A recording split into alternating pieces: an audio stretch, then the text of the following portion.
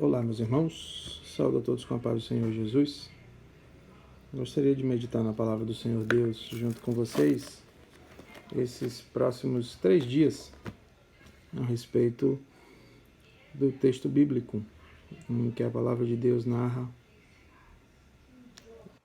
a quinta, a sexta-feira, o sábado e o domingo de Jesus.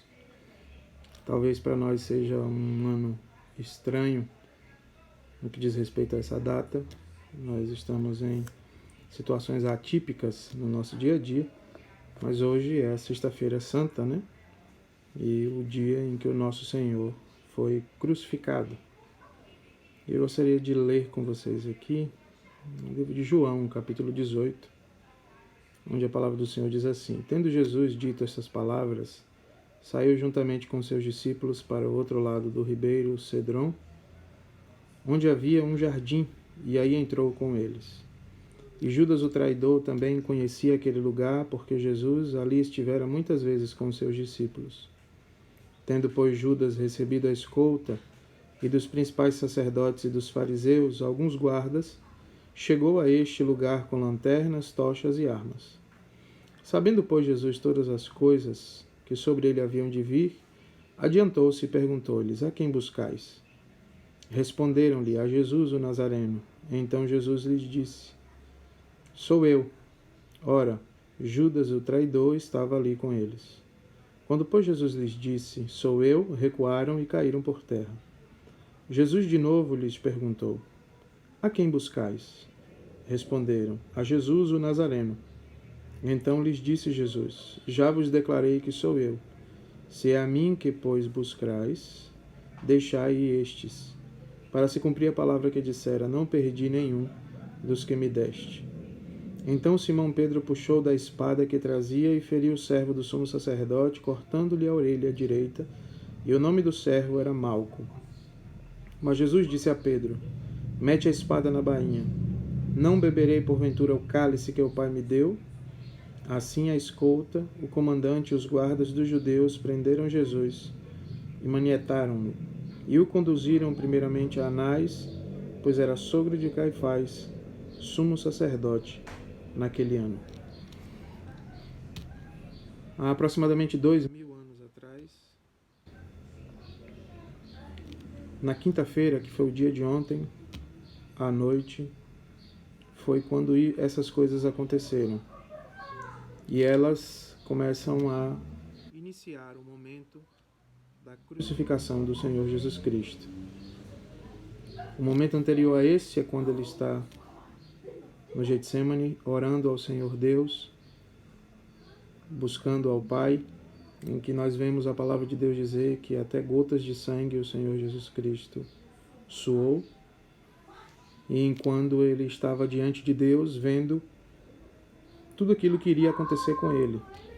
E nós temos aprendido que, além da realidade difícil, dura, que Cristo sofreria na sua carne humana, havia uma realidade profundamente mais difícil, mais torturante, que Jesus Cristo deveria enfrentar. Nesse mesmo texto aqui, ele, quando vai conversar com Pedro, quando vai se dirigir a Pedro, o Senhor Jesus pergunta se ele não beberia o cálice que o Pai tinha para ele. É exatamente esse cálice que coloca Jesus Cristo numa situação de tamanha dificuldade quando ele está orando ao Pai, a ponto de ser necessário que um anjo viesse até ele para consolá-lo, como a palavra do Senhor nosso Deus nos declara. O início dessas coisas nos mostram coisas importantes que nós podemos aplicar à nossa vida hoje e à situação que certamente nós estamos passando. É interessante observarmos que a partir daqui, irmãos, vai aparentar que Deus abandonou Cristo ou deixou Jesus à sua própria sorte. Mas nós devemos lembrar que tudo isso foi programado, estabelecido, projetado pelo Senhor nosso Deus. E Cristo estava tão somente cumprindo a vontade de Deus quando estava passando por essas coisas. A situação de Cristo vai piorando cada vez mais, depois que ele é levado, em que ele é questionado, e depois ele vai ser punido, vai sofrer, apanhar, colocarão coroa de espinhos sobre o Senhor Jesus Cristo. E quando nós vemos tamanha tragédia, tamanho sofrimento, aparenta que Deus, será que o Senhor continua com Jesus? Será que Deus entregou Jesus nas mãos do inimigo ou a sua própria sorte para que ele passe por toda essa dificuldade? E nós, mais uma vez, precisamos lembrar, como Jó diz, nenhum dos preceitos de Deus podem ser impedidos, pois bem sabemos que ele pode todas as coisas. Jesus dá uma boa resposta a Pilatos, quando esse chega diante de Cristo e faz os seus questionamentos e faz uma afirmação. Você não sabe que sou eu que posso livrá-lo? E o Senhor Jesus, quando responde a Pilatos, responde dizendo que, na verdade, o controle da sua vida não estava nas mãos de Pilatos. A sua vida ou a sua morte estava nas suas próprias mãos. E ele entregava a sua vida. Nós podemos aplicar isso à nossa realidade agora. Nós estamos vivendo em um período em que aparenta que onde é que Deus está. Todos os dias que ligamos a televisão ou que mexemos no celular, quando vamos procurar saber de como é que essa pandemia tem se desenvolvido no mundo inteiro, temos visto notícias difíceis, notícias ruins, principalmente quando pensamos num futuro próximo, em que tanto economistas quanto especialistas em muitas áreas estão dizendo que o mundo mudou e que ele não voltará a ser a mesma coisa por toda a alteração econômica e social que nós temos sofrido e que ainda sofreremos. Então aparenta, será que Deus está no comando? Será que Deus está no controle? E mais uma vez, como a palavra do Senhor nos mostra aqui, Deus está no controle de todas as coisas.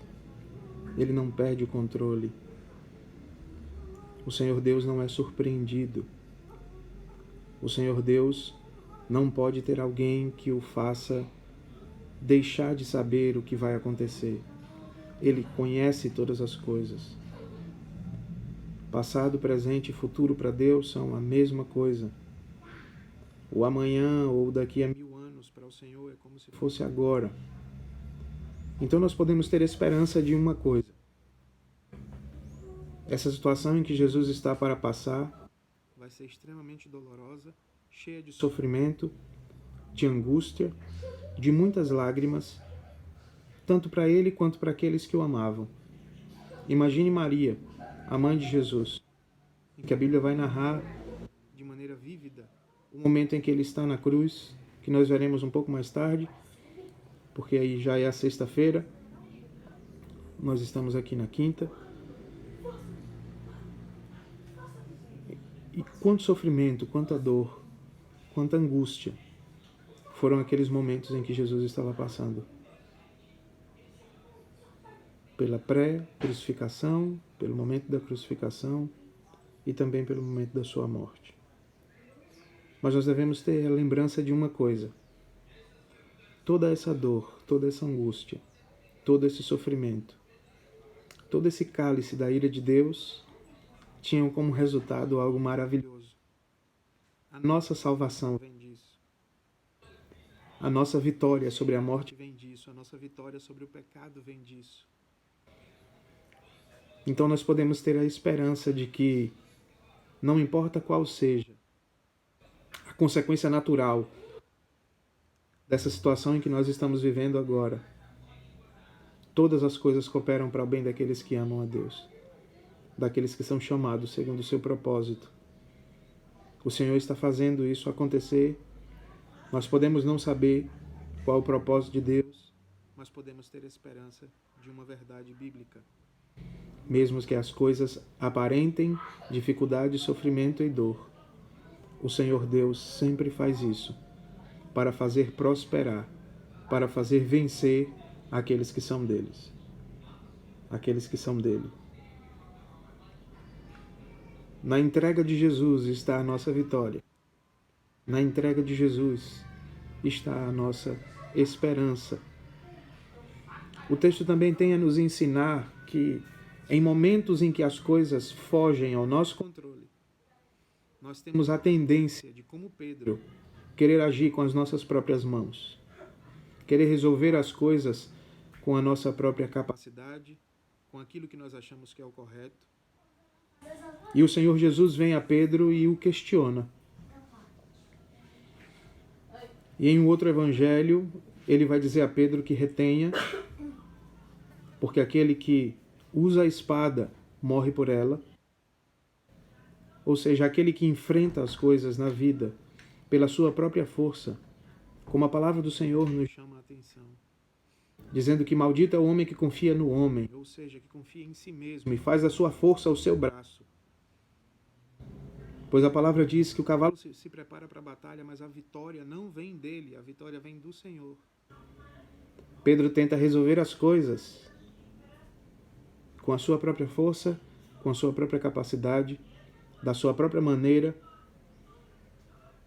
achando que ele conseguiria proteger ao Senhor Jesus, conseguiria impedir aquele sofrimento, quando na verdade ele poderia ter gerado um sofrimento ainda maior.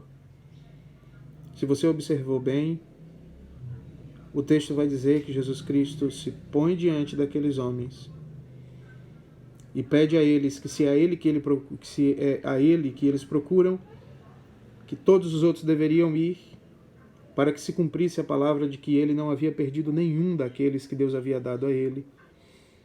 Todos os apóstolos seriam nesse momento guardados pelo Senhor, não sofreriam como o Senhor Jesus Cristo sofreu, não seriam pegos, nem aprisionados, nem crucificados, mas somente o Senhor Jesus, porque não era o momento deles. Mas a atitude de Pedro poderia ter gerado a tentativa daqueles homens de também tomarem a ele e tomarem os outros. E nós precisamos aprender com isso. Na hora da dificuldade, da dor, de um possível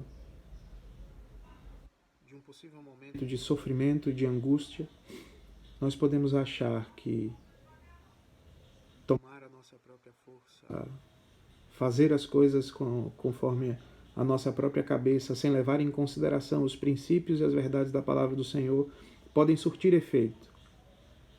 Mas nós precisamos lembrar, como a palavra do Senhor chama a nossa atenção em Provérbios,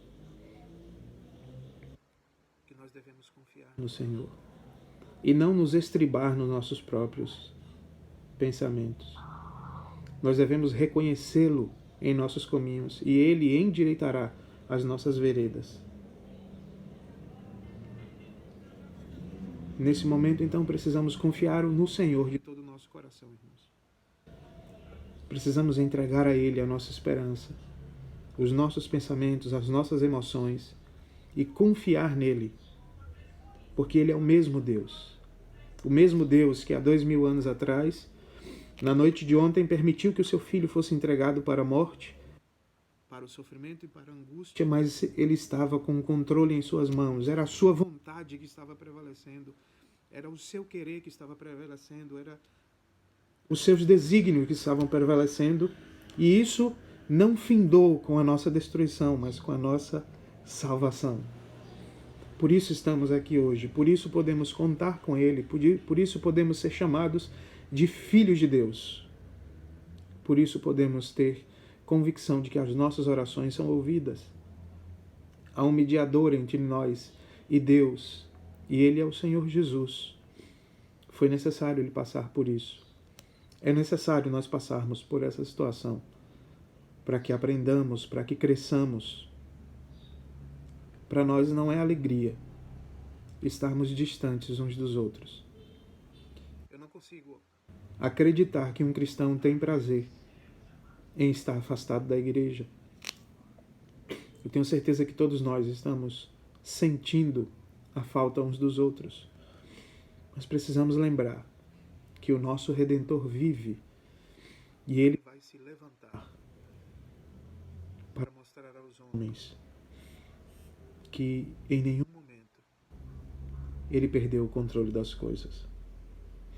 Assim como o fim dessa história é vitória, é salvação, é vida, o fim da história em que nós estamos vivendo.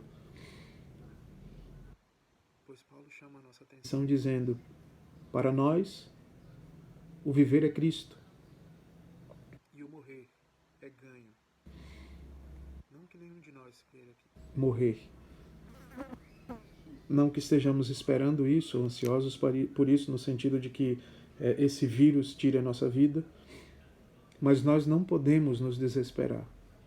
Nós precisamos estar confiantes no mesmo Deus que, aparentemente, tendo deixado Jesus, estava cumprindo a sua vontade para exaltar o Filho no último dia. Que o Senhor possa abençoar a sua vida, fortalecer a sua fé. Se recorde desse momento de Jesus no dia de ontem, há 2000 e alguns anos atrás, que iniciou a sua caminhada para a crucificação, mas também para a ressurreição, para a vida eterna, para a exaltação diante do Deus Todo-Poderoso. Que o Senhor abençoe a sua vida. E eu creio que um pouco mais tarde nós estaremos meditando naquilo que acontece na sexta-feira, na continuidade desse processo de crucificação do Senhor Jesus. E que Deus possa abençoar a sua vida, em nome de Jesus.